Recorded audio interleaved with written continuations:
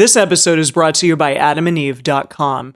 For 50% off almost any item, free shipping, and a free gift, use promo code MULTI at checkout. Hang on, I slightly broke my hand by punching an electrical box. Yeah. Jase Lindgren. Yeah, well, there it is. If you're happy with the same old ways of dating, If you enjoy sucking at communication, and you have no desire to improve your romantic life, then our podcast might not be for you. but if you want some out-of-the-box ideas to deepen your current relationships, broaden your sexual horizons, develop a better understanding of yourself, or learn more about non-monogamy, Then you've come to the right place. I'm Jase, I'm Emily. and I'm Dedeker. and this is the Multiamory podcast. Songs I know I did, forcing me to form myself to fit. On this episode of the Multiamory podcast, we are angry. We're angry that too many people are using their anger in ways that are unhealthy, repressive, and destructive.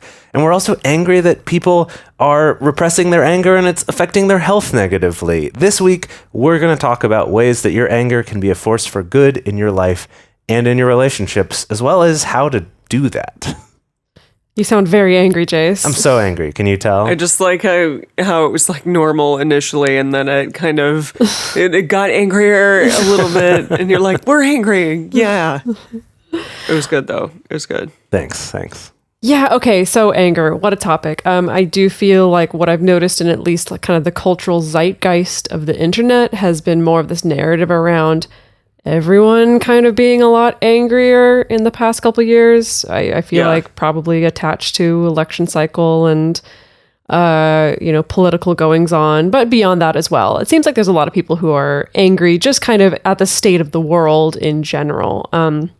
However, I do feel that when it comes to how we deal with anger in our personal lives and in our personal relationships, there's still some places where we tend to get stuck. And I think especially getting stuck on like, is anger good or not? Is anger bad for us? Should we be angry? Should we not? It feels exhausting to be angry sometimes, but also I feel like being irresponsible if I'm not angry about certain things. These are just like a lot of things that I've noticed. So a few weeks ago, I just kind of not necessarily a whim, but like a kind of as an experiment, decided to try holding like a trauma and PTSD informed polyamory processing group that I invited a number of our patrons to, just to kind of try and see how it would feel and what would happen and if people would get something out of it. And I noticed for me when I was taking part in the processing group that at least my experience of it is it felt like the discussion didn't really take off for me or become super engaging for me until we kind of started acknowledging how angry a lot of us were.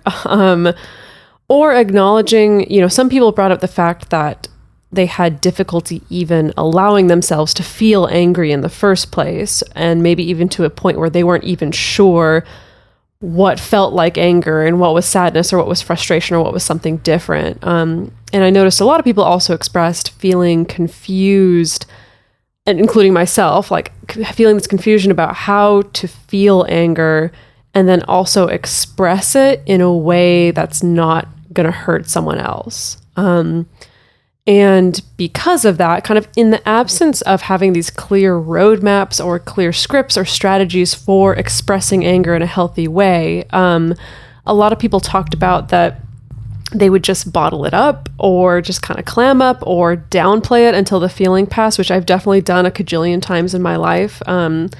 And which is a tendency that, as we'll talk about later on in the episode, is actually not great for your health and also not great for your relationships. And so that was my inspiration in putting this episode together, is I wanted to talk about ways to acknowledge and embrace anger and talk about people's different experiences of anger, and then also, strategies for being able to express it in a way that doesn't cause harm or destruction. I feel like there are moments in life where one might ask themselves, like, I feel as though I should be potentially angry at the situation that I was dealt, or, certain things in life that are unjust to me, and therefore, like, I should be really angry about it. But it is very easy to just kind of like go along and realize like that you have bottled that up for a very long time and not really done anything about it. So it is interesting to try to like parse through like how to effectively manage that anger or that really bottled up emotion inside you. So yeah, I felt like this was a very cool episode to do, and I'm glad that you brought it to us. Yeah, it reminds me of something that I read years and years ago about, I'm blanking on his first name, but Maslow, the psychologist, who was kind of one of the first people to ever study what do healthy people look like, instead of just studying people who have some sort of clear kind of mental illness or, you know, something that's wrong that they're trying to fix, and instead being like, well, what are we trying to get people to? What do healthy, well-adjusted people look like? And he was kind of one of the first people to study that. And I remember reading about this years ago, and that one of the traits was getting really angry about injustice in the world. Interesting. And I remember at the time being really struck with the idea that anger would be a trait of a healthy person. Because at the time, you know, I think I was in high school or something, like that had never occurred to me, right? Anger had always, you know, I'd always thought of it as a negative thing, right? That a healthy person just would never be bothered by anything, wouldn't be upset by anything. But that, yeah, actually that being angry, in this case, it was specifically over injustice. But yeah, I thought that was really interesting. And it's something I've thought a lot about over the years since then, of kind of remembering that and being like, huh, you're right. Like that is okay and maybe even good to feel that way. Yeah. And I feel like everyone has a different personal relationship with how anger comes up in their life or how anger comes up in their body or how they feel it. I know that for me, I don't know. I had this like weird kind of crisis of identity, like for a number of years where like, it wasn't until I was in my 20s that suddenly like my mom and my sister mentioned to me that they both felt that I was a very angry child.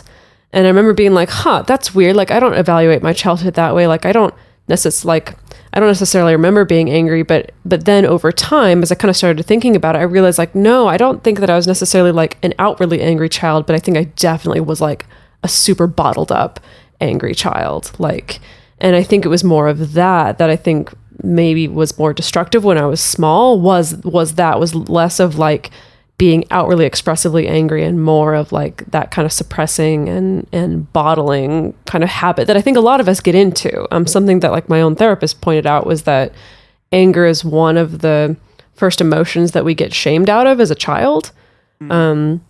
Depending on context, like some people that's not the case, but with a lot of us, like anger and outward expressions of anger are kind of the first thing that get disciplined or get shamed out of us, essentially.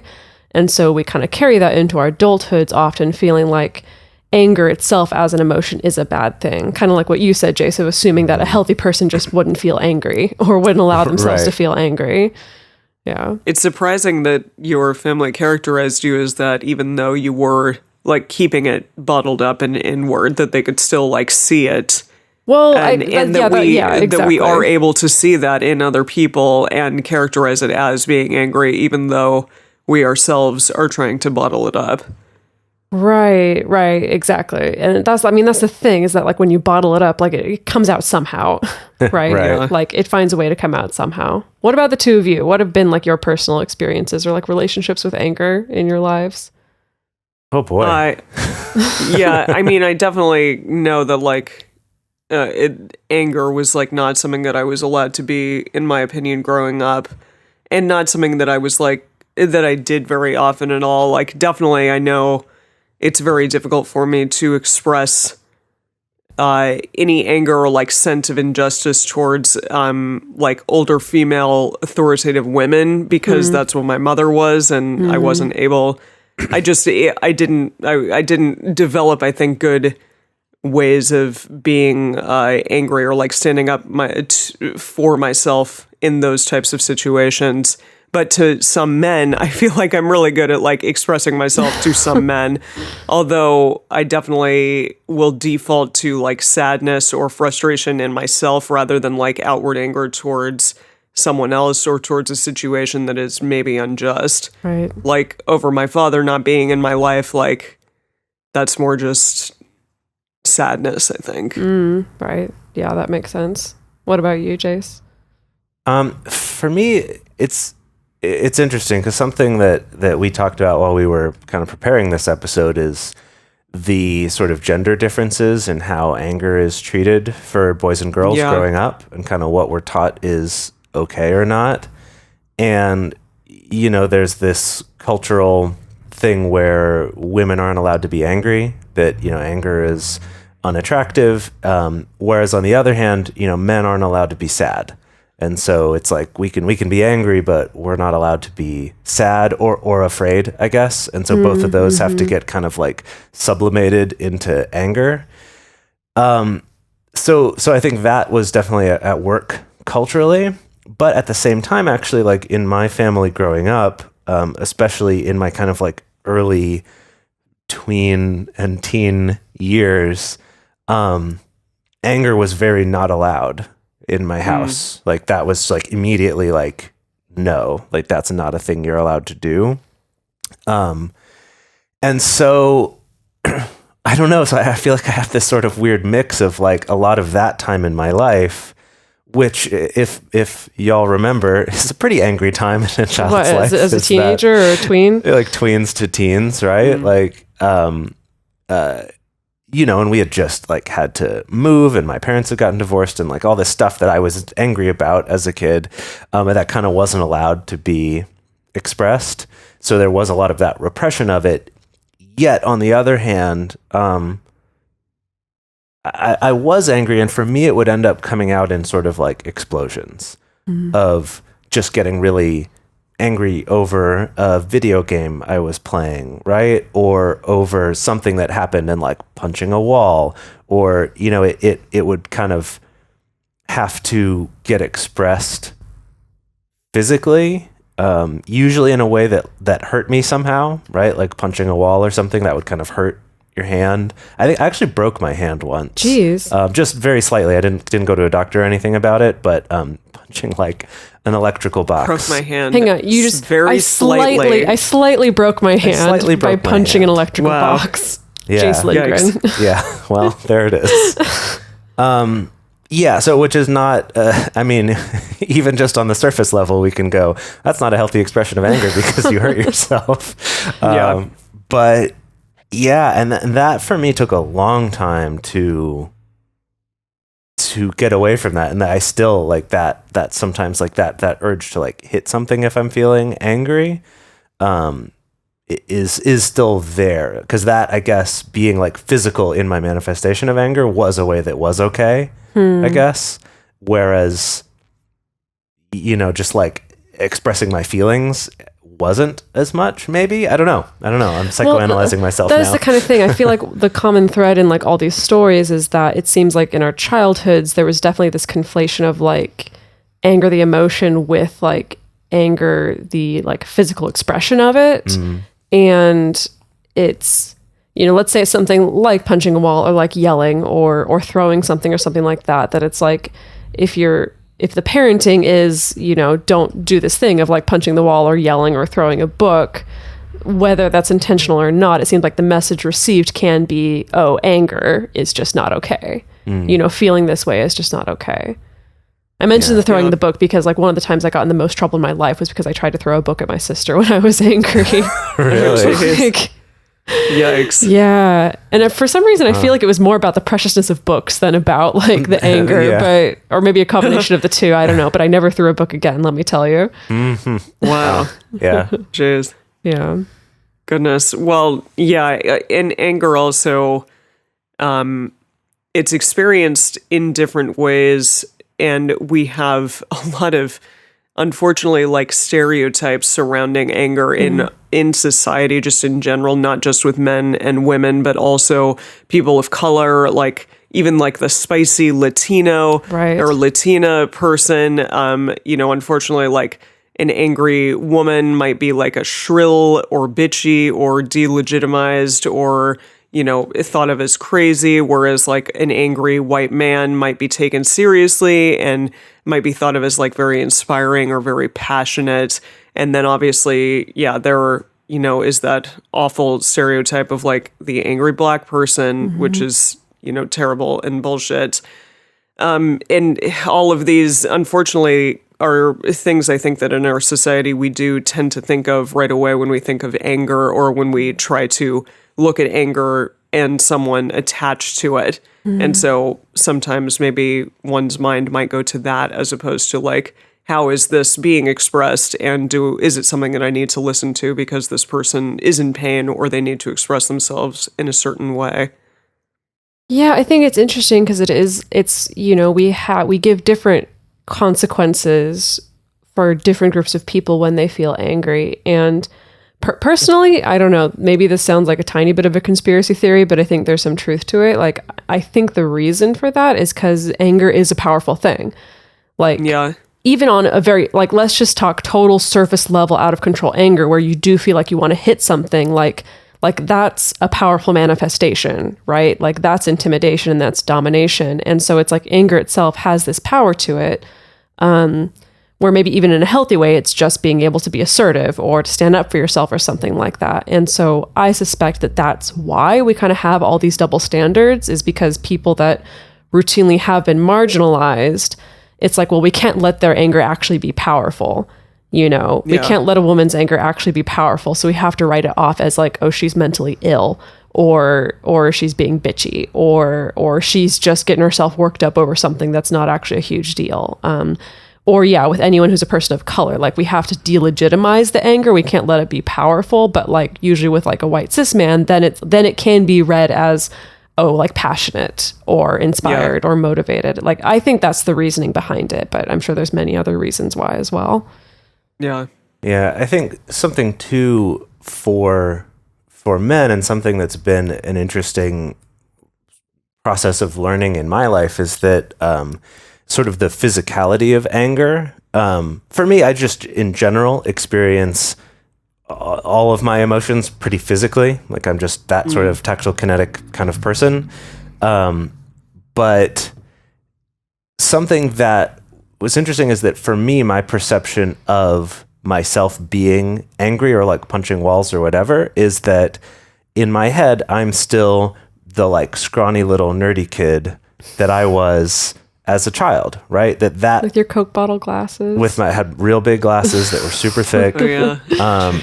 Right. And I was a very skinny little kid. And I was pretty skinny and unimposing for most of my young life. And then, a few years ago, I guess like 10 years ago or so, like got into working out, and I'm now a much larger human being than I was back then. And I had this kind of repeatedly shocking realization that my anger was scary to people in a way that I had never perceived it myself. Specifically scary to women that I'm with, to partners, that it not even being like at all physically aggressive toward them, but just the sheer like physicality of my anger, especially if it's directed at them, in a argument or something we're having, or in punching a wall or something, that's really scary for someone else, was something that had never even occurred to me. And I think for a lot of men, they don't realize that. Like, they don't realize that we associate anger with being out of control, especially when it seems like it is out of control. And even if you're physically on, equal footing with someone in terms of your size and your muscle mass and things like that, that's still a very scary thing, that this person could be out of control and not be able to stop them from hurting me physically or trying to. And to then amplify that if the person is smaller in size than you are, right? Like, how serious that is. And I think a lot of men don't get that. And that we're almost shown the opposite, that should be an attractive trait of being sort of physically angry, because like our action heroes are physically angry, right? Like they take out that anger in a physical way against the bad guys, and then all of the women are like, wow, he's so great, we love this. Well, there's always, I feel like in a lot of action movies, there's that moment, like, you know, when the male action hero usually has like lost like the female protagonist in some way, right? Or the love interest or whoever it is, like they've died or he's failed in some way. And it's like, instead of being sad, he like flips a table, right? That's how we know he's sad. Or knocks something over. That's how we know, exactly. That's how we know he's upset, is because he's like destroyed something, and we look at that and it's not seen as like, oh, he's out of control. We see it as like, oh, he's so moved and he's so hurt.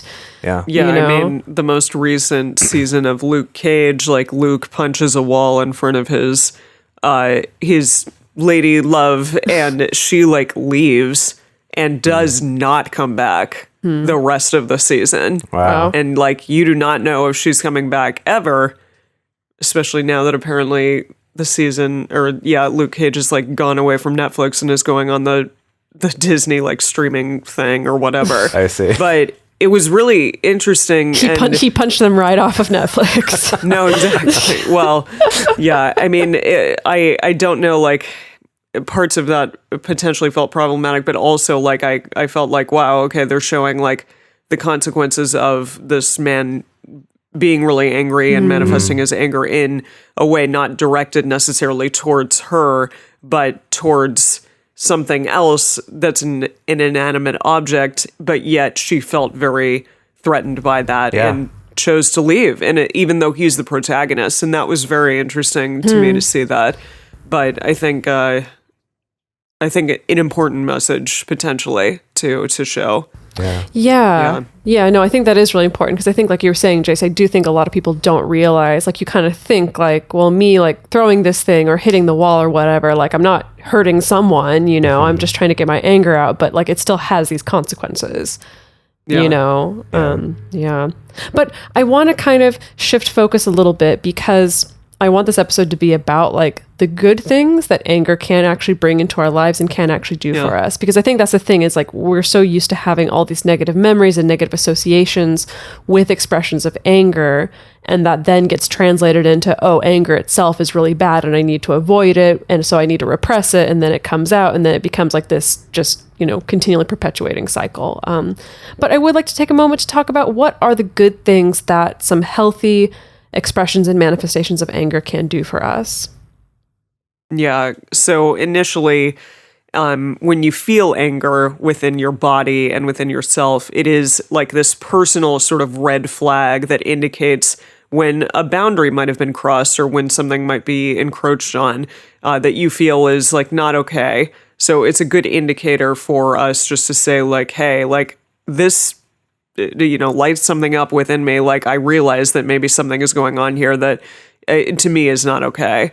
I mean, it's also a great opportunity to check in with our core needs and values to see like, hey, am I just like getting, I don't know, insecure about something here, and therefore it's causing me to feel anger, or is a real like core value of mine being encroached on, and you know, what do I need to do about that there? So it does kind of show us that those things might be happening in the moment.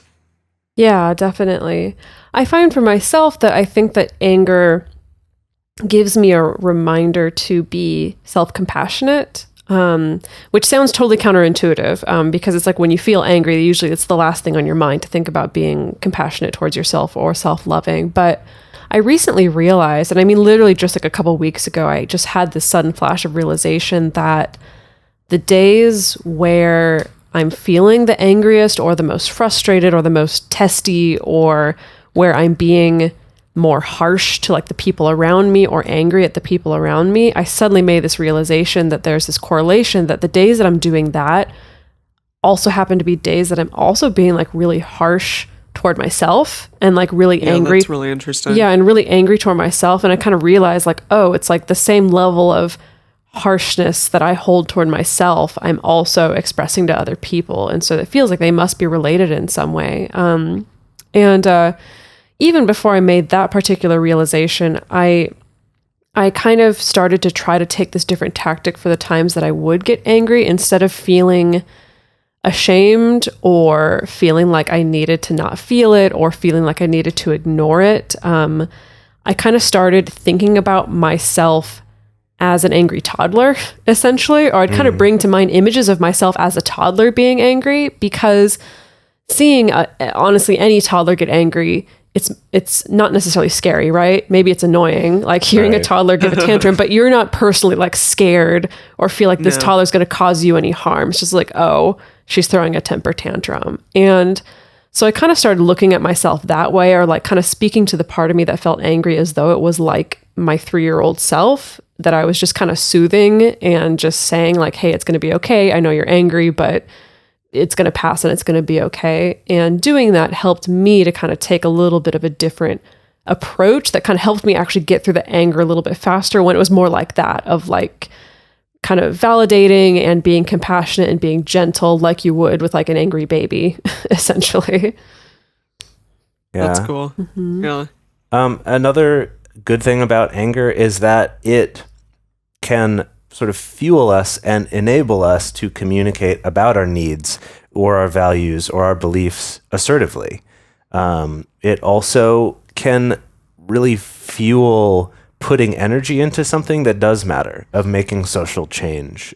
Examples that came up a lot when we were researching this is things like the civil rights movement in the US and the women's suffrage movement, that both of those were very fueled by anger, justifiably. And that is what kind of helped keep people motivated, give them the courage to do something about it, and to, like this, communicate your needs and your values.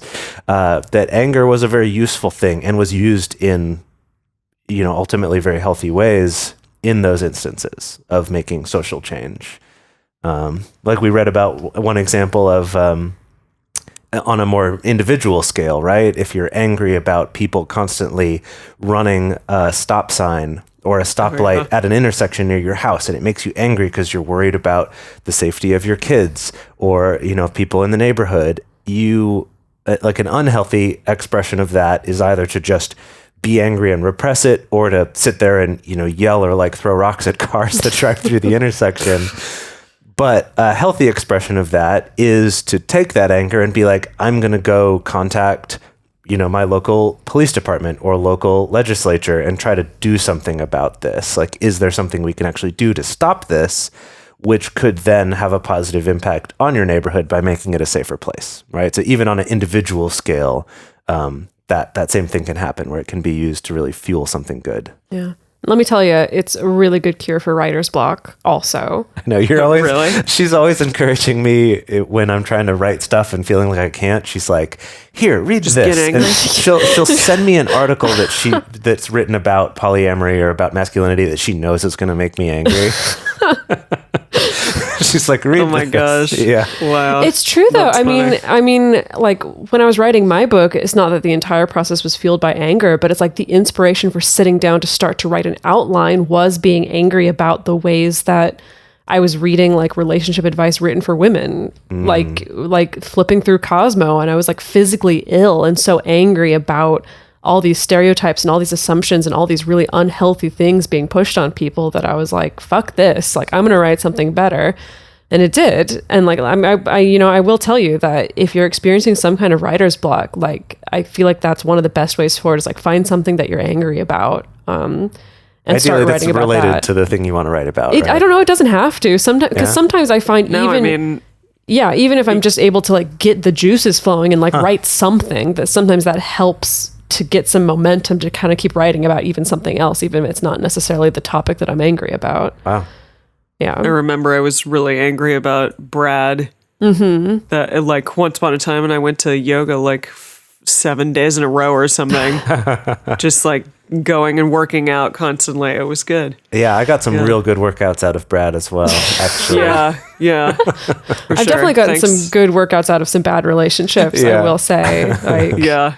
And it is ironic because now I'm in these relationships that feel really good. And I'm like, man, I'm only doing yoga like 1 day a week, when I was doing it like 7 days a week, and my shoulders were like popping off. Like my arms look so good. Those back are then. utopia days too, when your arms are like Tree trunks. Yeah. Right. Okay, so let's talk about some stits and stats. Some of our favorite things to talk about. Of course. Love it. Of course. So there was a 2004 study that was published in Motivation and Emotion, which is like a sociopsychology journal. And in this study, they found that the participants, they were surveying and like studying specifically people who were in relationship and who were communicating their anger within their relationships. And they found that when, the participants were able to kind of describe their anger in a controlled way to their partner, like both members of the couple found that it was really, the anger itself was a really illuminating force, as in like, oh, this anger, whether it was experienced by both of us or one of us, it highlighted areas that we needed to work on. But it didn't just do that, like it highlighted both like our faults and like kind of our pitfalls, but it also highlighted what we're good at, what our strengths are. And they found that ultimately, like their takeaway was that getting angry and letting themselves feel angry ultimately led to making positive changes in the relationship. So again, it's kind of that same thing that it's like your anger can be this indicator of like, ooh, something that I don't really like is going on, or something needs to change here. And if you can find a way to kind of express that in a productive direction, that then it can produce these much more positive results in like maybe making the change that actually is going to help you in the future. That's great. Yeah. So another study was from the Journal of Family Communication, and it found that couples who express their anger productively are likely to live longer than couples who suppress their anger.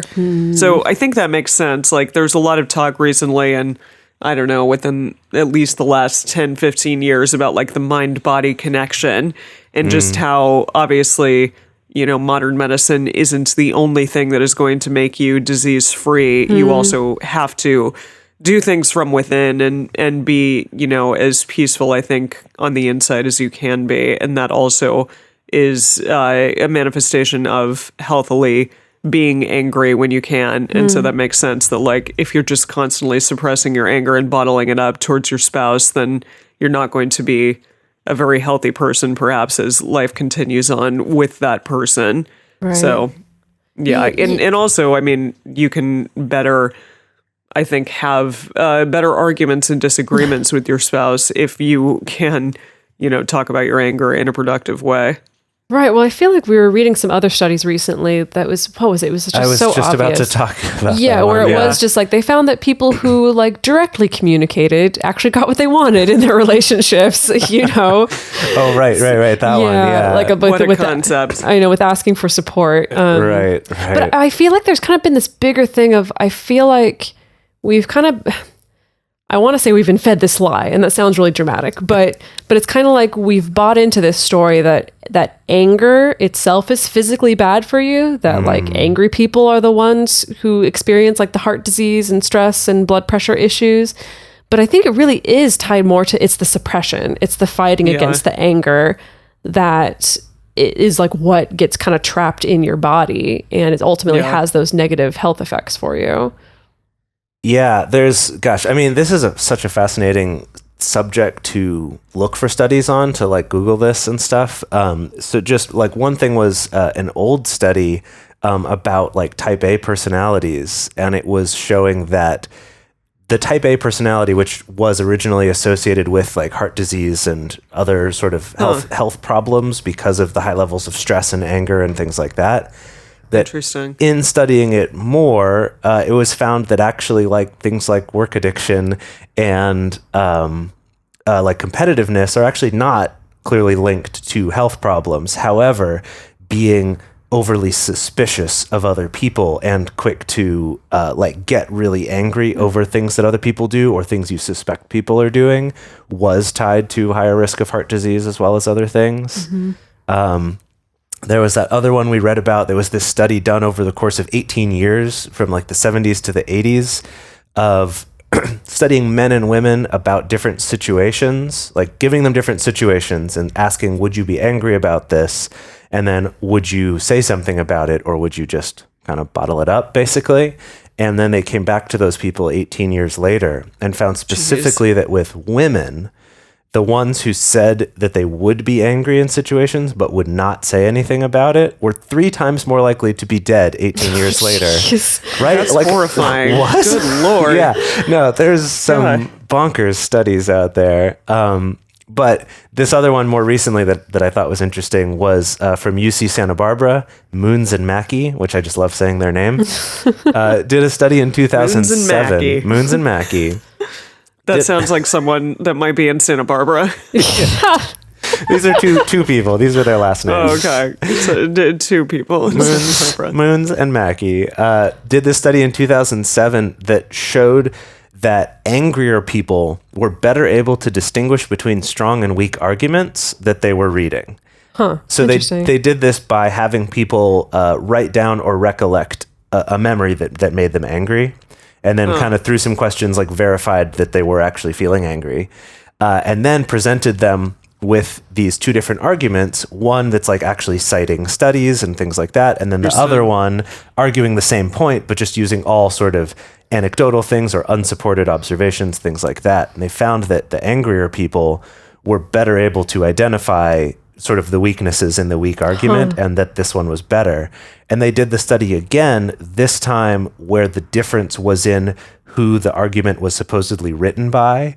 In that one case, it was written by, a board of researchers on this topic. And in the other one, it was written by some like medical practitioners in a field totally unrelated to the subject. And that, again, the angrier people were more likely to identify the source that came from a more reliable source as being more reliable and more compelling. Yeah, really, really interesting that anger can also fuel that, like can fuel kind of being a little more critical and not so susceptible to someone's argument. Wow, that's so interesting. I mean, that seems like that's a really good thing, because I feel like we definitely need more critical thinking in our lives. Right. I think all of us do. I think that's generally a good thing. At the same time, I could see that kind of increased critical thinking skill making you also more critical of a partner's argument as well, which is maybe a good thing, maybe a bad thing. I don't know. Sometimes logic is not, like logical debate is not always the thing that solves arguments in relationships, I found, but sometimes it is. I don't know. Yeah, it is. Seems like the jury's out on that. Yeah, I'd be curious about that. Well, it makes me think about that earlier study you mentioned about couples identifying that healthfully expressed anger helped them resolve things better. So maybe there is something to it that if both people are able to bring that in a healthy way, that it helps your critical thinking together as a unit, not just tearing each other down. I don't know. I like that theory. Do you think that being angry could help you be more critical of your own bullshit arguments? Maybe. Because I wonder. That I'm not sure. Let's put that study together. Yeah, I feel like when you're angry, it can be kind of like a kind of self-perpetuating, cyclical thing. Yeah. So it's good if you're able to like be angry, have that emotion, and then walk away from it and like think more globally afterwards. I don't know. Right. Which maybe not. No. You're totally on the right track, because in our second part of this episode, we are going to be getting specifically into that about, tools and techniques for handling your anger well and for expressing it in a healthy way, in an illuminating way, as they described in the study. Yes. Okay, before we get on to part 2, though, we're going to take a quick break to talk, first of all, about our Patreon community. We've talked about it a little bit in this episode, talked about it in many other episodes. If you go to patreon.com/multiamory, you can become part of our not super secret, but super awesome, almost secret club. We talk about it all the time. That is our Patreon community. Now, specifically, I'm going to talk about our monthly video discussion groups. So once a month, we get together with all of our patrons that are specifically at the $9 level to have a discussion and processing group where we all get to see each other face to face. I found these processing groups have been really great, because of the fact that people, you can have your dog next to you if you want, or if you got to pop out of the room to take care of your kids, whatever, that's totally fine. We kind of wanted to create it as an opportunity for people who like maybe wouldn't get the chance to go in person to like a meetup group or a processing group or something like that, to still be able to get that community, get that support from the comfort of their own home.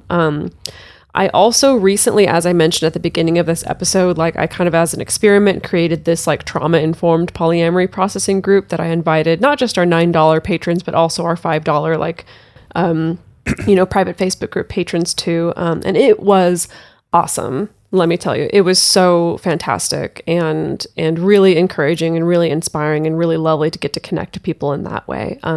So if you're interested in things like that, not just the processing group, not just the discussion, but also occasional in-person meetups, opportunities to reach out to other people, other like-minded people, kind of share what's going on in your life, get advice, get support, get listening. Again, go to patreon.com/multiamory and sign up to become a part of that community. Yeah. Another thing that is incredibly helpful is if you just take a couple minutes to write a review on iTunes or on Stitcher. And this is something that is used in the iTunes algorithm for how they determine like the new and noteworthy or who to feature or rankings of things.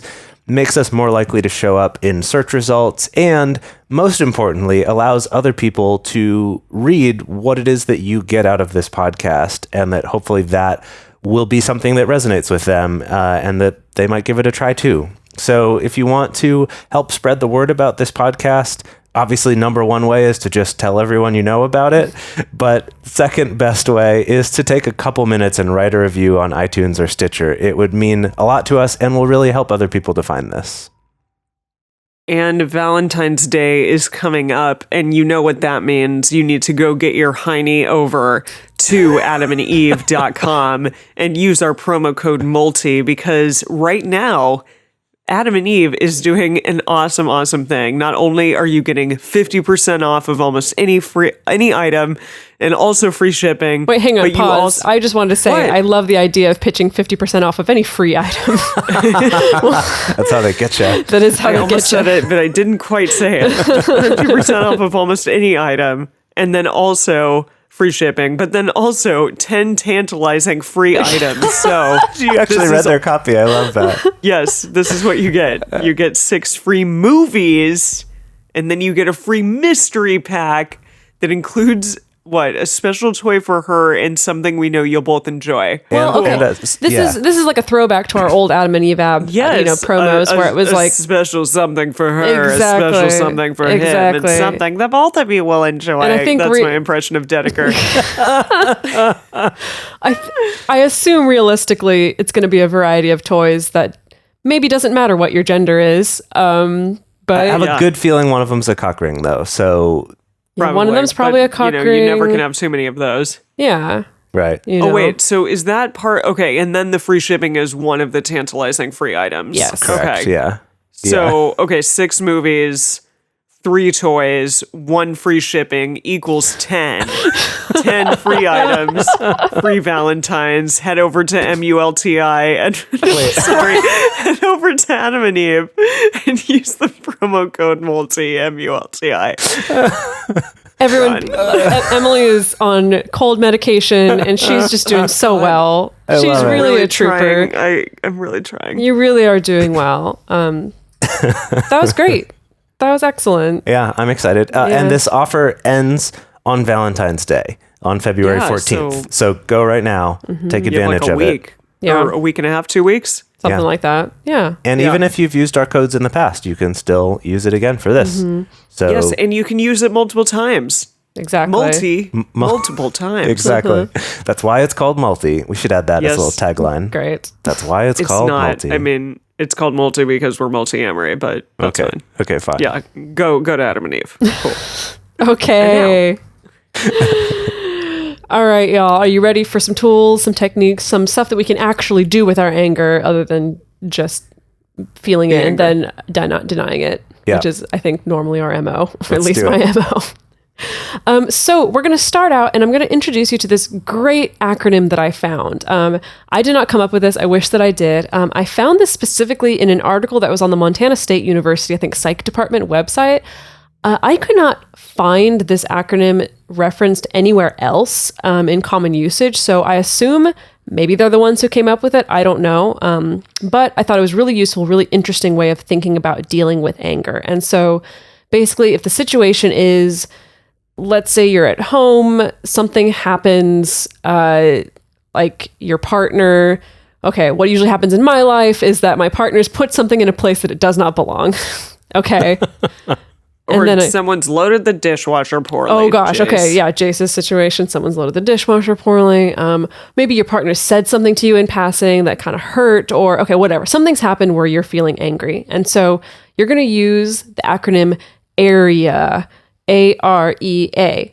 Yes. And that stands for Admit, Restrain, Express, Action Plan. So you're going to start out by admitting that you're angry in the first place, which I think is really important because it's, that's kind of the first step, because otherwise it's stuffing it, it's repressing it, it's denying it, it's claiming that it's maybe something else entirely, instead of just admitting, hey, what I'm feeling right now is anger, and that's okay.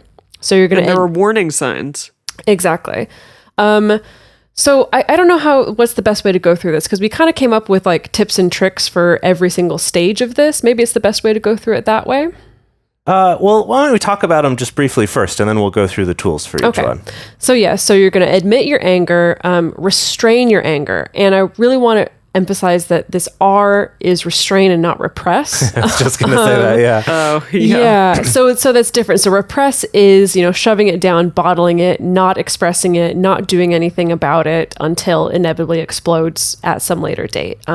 Restrain is a little different. The nuance of restrain is the idea that before you express your anger, you get it under control. So you do what you need to do to get yourself in a place where you're not going to be like yelling, or you're not going to be like, punching a wall or something like that, or you're not going to be straight up attack mode on your partner, but that you're still able to, to express it in a more calm way, even if you're still feeling angry. Which is the third part, is to express. Which is the third one, which is to actually express in a healthy way. And then the last one is an action plan. And we love action plans because they're part of our radar, coming up with action points, but it doesn't have to be part of a radar. It can be part of, when you go through this, when you're able to actually express your anger, that then it can be a productive conversation with your partner about like, oh, okay, let's come up with something actionable that we can both agree to that will maybe help prevent this negative feeling in the future. But let's kind of go through these again, the AREA, but with kind of some more specific strategies for helping that to actually happen. Well, should I go through the signs of admitting? There's so many signs. Yeah, so these are a lot. Like the clues. And I think it seems like you would think it would be obvious to just go like, oh, I'm angry right now. But I feel like when we're actually feeling angry, sometimes it's easy to not even realize we are. Like, what is going on right now? I'm just like feeling not good. And then there's a bunch of reasons, there's a bunch of things that you should look out for. Well, I've also... Can I go down the list? Well, before you launch into the list, I just wanted to clarify, like, I've also spoken specifically to like a lot of women. There's like a lot of women that I know that have expressed like, I don't even know what my relationship to anger is, because I don't know if I've ever actually felt it. And I feel like with a lot of people, it's because it's kind of the same thing, that women's anger often gets diverted as something else entirely, and so that's why I think it's important to go through a list like this, is so that you can have these little clues to kind of indicate to you like, oh, I might be feeling angry right now. Yes. All right. So here are the signs. So the first one is going to be blood pressure, pulse racing, and then like feeling hot or flushed, a stomach ache or a headache. Ooh, that's interesting. Yeah. Tightness in the chest. Yes. Yeah, I get that one all the time. Yeah. Clenching your jaw or grinding your teeth. What if you grind your teeth at night? Does that mean you're always angry? I'm always angry while I sleep, apparently. Yeah. Yeah, ditto. Yeah. So those are like physical symptoms to look out for. Yeah. And then these next ones are like, if you catch yourself doing these behaviors, it might be a clue. Okay, so rubbing your head, like no, I think it's like the forehead rub. The like, okay. I'm so angry, I'm pinching my forehead. For me, it tends to be like a temple rub. I've seen that. Yeah, I've seen you do that. Seen you do that. Yep. Also, this one is interesting. Cupping your fist with your other hand, like. Yeah, I think it's like cupping. Like if you're watching the video, you can see it, but it's that kind of like, not even like you're, punching your hand, but just like you're holding your fist inside your hand. Like clenching your fists in some particular way. Yeah. It's like a variation on that. Yeah. But cupping is a funny way of putting it. Okay. Pacing. Yeah. Pacing around the block. Getting sarcastic. Wow. Well, what if you're just sarcastic in general? Like what then? I feel like this one kind of ties to the next one, which is acting in an abusive or abrasive manner. But I feel Well- like it's when you notice you're starting to like respond very sarcastically in a way that's kind of mean, like in a Yeah, way that's true. That's Well, there's like fun sarcasm and hurtful sarcasm. It's like sure, that. absolutely. Well, and then also it says losing your sense of humor, which is really, that definitely is a big Yeah. telltale sign, I think. Yeah. And then as you said, acting in an abusive or abrasive manner, craving a drink or smoke or other substances that relax you. Yeah. Definitely been guilty of that one. Yep. Yeah. Raising your voice, of course. Yeah. And then beginning to yell, scream, or cry. Huh. I love that cry is on that list because Yeah, that's surprising. it's something that I remember, like Emily, you kind of mentioned this earlier on, and I Yeah. remember you and I having conversations years ago where something would be coming up that you were angry about and you would start crying. And the assumption could be like, oh, I'm sad about this thing. But Right. I think it's worth noting here that like, no, that can also be a symptom of anger, especially if anger wasn't something you were allowed to express, that it very likely Yeah, could it show just- up as crying. Yeah, it just manifests itself in crying. Yeah, I think that's really And common. frustration. Yes, it's really common, I think, with like people who are socialized to be women. It's this idea that, again, like crying is acceptable for people who are women to do. And so often, like when that angry emotion comes up, it comes out as crying, but it is kind of that same thing where it's like, oh, well, if I start to cry, like if I start to express this anger, I'm going to start crying, which means I'm going to be seen as like out of control or sad or like all these things I'm not actually, when it's actually about my anger, which I think is another thing that often holds people back from expressing their anger, is because they know they're going to cry at the same time. Yeah. Like Interesting. actually in a book that I was reading recently, they talked about the fact that like particularly with women in positions of power in a workplace, for instance, that like a male boss, for instance, if he gets angry and kind of starts yelling, like that's okay. But if she gets angry and starts crying, that's an entirely like different image and much more likely to be labeled as like, oh, she's too emotional or things are falling apart for her or whatever, that again kind of keeps people in this cycle of not necessarily wanting to express their anger for fear of not wanting to cry in front of people or at work. Yeah. Yeah. So with all of these, they can be clues of like how to realize you're angry even when you might not, like Dedeker was pointing out. And that leads us to the second part, which is about restraining that anger. And we've talked about this before, like in our 5 Ways to Suck Less at Communication, I believe is where we first talked about this. But it's the idea of halt, or as it's now become halt. So the original halt means hungry, angry, lonely, tired. That if you're any of those things, having a discussion or an argument, just stop, fix those things, and then come back and continue the conversation. And we've expanded ours to be horny, hungry, angry, lonely, tired, drunk, or sick. So Emily, don't have any serious discussions right now. But what's interesting about that is I feel like a lot of those, like for example, hungry or tired or lonely is a little bit trickier, but that those are kind of clear. It's like, I'm feeling hungry, yes. I'm feeling tired, yes. I'm sick, yes. But there's others that are kind of on this spectrum, like drunk. It's like, well, I've had a drink, or am I too drunk to be having this conversation? Honestly, that's why I don't list that as drunk. I call it drinking. Drinking, I see, To just at clarify, all. Okay, so that it's sure. not even a qualifier of like, well, I just had 2 beers, I'm not drunk. It's just like, no, Yeah. just don't have this conversation while you're drinking. I think we also Interesting. included that to be drugs also. The D is a double purpose. Yeah. So same thing if you're, Double D. I'm too high to have this argument, man. But things like anger, for example, is harder because it's like, well, we're talking about something that I have a lot of feelings about. When is this crossing the line from just like, yeah, we're having a serious discussion to being angry? And so I think that identifying those symptoms from before is useful, but I think really getting to calibrate your sort of ability to detect when you've gone into anger mode is a very valuable thing and not something that we're really taught, especially if we're not even taught to recognize anger in the first place. Well, I think something you pointed out, what's tricky with halting, is that it's like if you realize that it's hunger, you're hangry, that it's easier to stop because you can realize like, oh, okay, I think I'm just like, I'm hangry. We need to go get some food. let's stop and go get food. Yay, we're looking forward to food.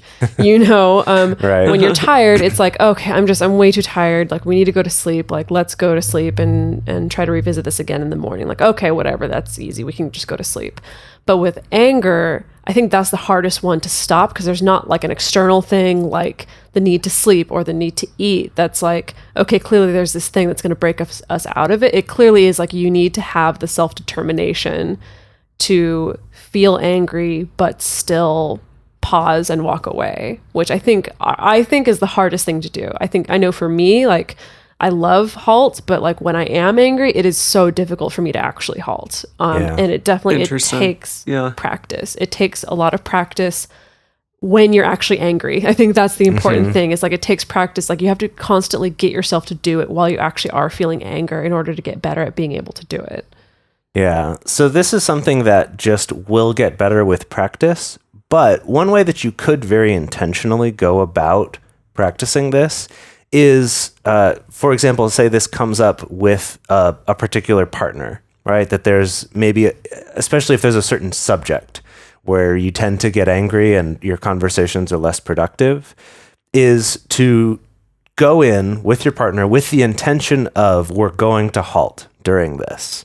Kind of setting that up from the beginning. So it's not like, oh, we failed somehow and we have to halt. But it's like, we're going to halt. We're going to learn how to do this. And evaluating that threshold and being like, as soon as I start to feel like we're going into this, let's halt. And let's halt early. Like, let's err on the side of halting too early, right? Just to get what that feels like. How to identify that. And then as you develop your kind of sensitivity to it, you can kind of figure out what the right threshold is for halting.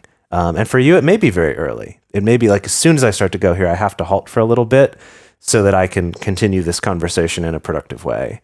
But just kind of going in, knowing you're going to halt, can actually be very helpful and very empowering. So it's not seen as a failure. And just as a last note, just remember that it's calling a halt for yourself as opposed to calling a halt for your partner. Because generally, if it's, oh, hey, I need to halt, I need to take a pause, I need to take a break, and then come back to this, is generally going to be better received than, hey, you need to take a break, you need to halt, you need to walk away from this. Like, again, the you statements are going to be much more likely to kind of just get you... Defensiveness. Yes, exactly. Get the defensiveness. And I know that I've definitely, experienced that in the past with that, even if it's true, even if a partner is like, you need to halt. And I know in my brain, I'm like, yes, that is correct. But screw you for saying so. for assuming. Exactly. So, so just bear that in mind. So that was the restrain. So let's move on to the E, which is express. And so this is after it's restrained, after it's under control, maybe you've halted, you've taken some time away, you've been able to calm down, and now you can come back to it. Some ways that you can express your anger at the situation or with your partner in a healthy way. It can include things like the old classic, like writing a letter. Specifically, I think a letter you're not going to send is a very useful thing to add to that. Yeah. I find that very valuable for me, at least. Yeah, it doesn't have Have you done that in the past? Oh, yeah. Oh, gosh, yeah. Yeah. So many times. I found for me, I actually write like a little journal thing as if I was telling someone else rather than directly to the person. Interesting. Yeah. Kind of like I'm venting to someone, Right. but I'm just doing it in writing. Yeah. Like I'm like, and then they did this, and then this, and this, and this, and I'm so upset about this, and I can't believe they would do this, right? Just like getting it out and not sending it to anyone. Right. I think when I've used writing as an outlet, it's sometimes been less of a letter and has been more of a like a combination of getting it on paper with also physically expressing it, because it tends to be a lot of like using like a very large red pen and like writing curses, and like sometimes it's like writing out mean things that I'm feeling, but like once I've written it out, then I don't feel it anymore, and I know I'm not going to say that to the person, and I'm not going to send it to the person, but like I've gotten it out of me, and so now I'm not like scared of my anger now hurting someone as much. So definitely encourage people to write a letter, either if you want to address it to the person or to the situation or someone else entirely, or it doesn't even have to be in comprehensible letter format. Just writing out your thoughts and your feelings can be very helpful. Like we mentioned earlier, deciding on taking an action that will actually change something productively can be helpful too. And again, this is clarifying from, it's not like taking an action as in, okay, well, this is an action that I can take to get back at this person, but it can help inspire you to take an action that's actually going to move the situation into somewhere productive. Right now, as we're recording this, it's in the middle of the very historic LA, the school district strikes that are occurring. Yes. Right. Yeah, it's very rainy here right now, and all the teachers are striking. But obviously, that I think manifested out of frustration and anger over their current predicament and the lack of funding, the giant class sizes, and just overall lack of funds also for them as teachers. Their salaries are shit, in comparison to what they deserve. So they are on strike right now, and I think that's a great manifestation and showing that anger can fuel and bring about good and change for sure. Right. But that that was also something that took this process. It wasn't angry teachers just kind of on a snap decision decided to walk out of class in the middle of class. No, it was whole group together, thousands and thousands of people striking and choosing to do it as a united front. So right, exactly. That's very different. No, that's a very good example. Another way to express it is to, talk or to vent to someone, a friend that you trust, who is totally outside the situation, ideally. That's kind of the ideal, is either it's a friend who you feel like is objective enough outside of your relationship or the situation or whatever, could be a professional, could be a therapist. But again, having this outlet of someone where you can just vent and you can just express. I know that often we reference, in the ethical slut, they have their poor baby exercise, where you can just vent and have a friend just say, oh, poor baby, back to you, if you feel like that's going to be helpful, just so you can feel heard. But again, that is kind of diffusing the anger so that it's not going to be unleashed on your partner, for instance. Now, the next one, there's this series of suggestions around things like hit a pillow, or go take a golf club to your bed, or take a tennis racket to the couch, or something like that. And I've seen that suggestion come up a lot. It is helpful for some people. There is some research to suggest that doing that doesn't tend to diffuse anger, and it's actually more likely to keep you more worked up, which different people respond to that in different ways. So I feel a little bit hesitant about recommending it as a go-to. I don't think it's necessarily the best thing to do unless it's you're going to punch a wall or you're going to punch a person and your last resort is I'm going to punch this pillow, ideally not in front of this person. But I will say that the recommendation to take it out physically on something, I feel hesitant about. But I know it does work for some people. It doesn't work for other people. But that's just kind of my takeaway from the whole thing. And then lastly, being able to just verbally express that you are angry in the first place, but expressing it in a calm way can be really helpful. Sometimes I feel like this is a good implementation of Triforce 1, for instance, to just tell a partner, hey, Triforce 1, I just need you to know, I feel really angry about this thing happening. We don't need to talk about it right now, or we don't need to do anything about it right now, or I don't need anything specifically from you, but I just need to be heard, and I just need you to know that I am angry. I think even if you are talking about the thing, to start it out by just being I need you to know that I'm actually very angry about this thing. I don't want to take that out on you. But I need you to know, I am very angry about this and I really want to find a solution to it, can help that person to kind of get it and for you to feel like your anger is being heard without needing to yell at them or throw things or call them names or whatever you might want to do. Right. Exactly. Otherwise. Yeah. Totally. All right. And then the last thing is action points.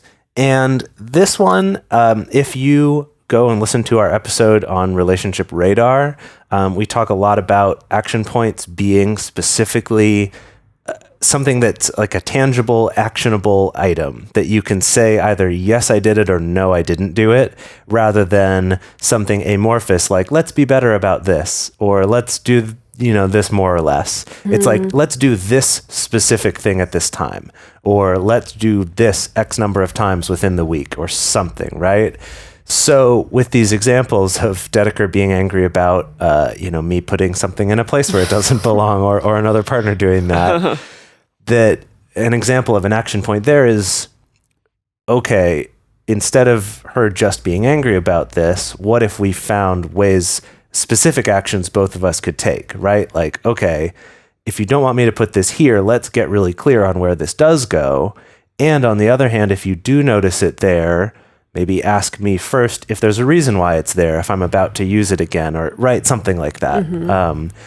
That it's very specific to the situation. So it's not like we can just give you like, here's the action points you can do.